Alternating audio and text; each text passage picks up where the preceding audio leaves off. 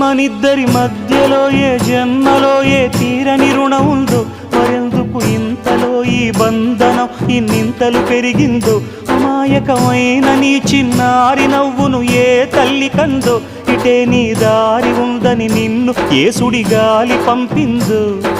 పాపం పుణ్యం దేవుడికెరుక, పేదకు దొరికిన బంగారు కణిక, పాలు వెన్నాలేవని అనక ప్రేమను తాగి తెరగవెసిలక. వలేసే పాడు లోకం కంటపడక ఉండునాయ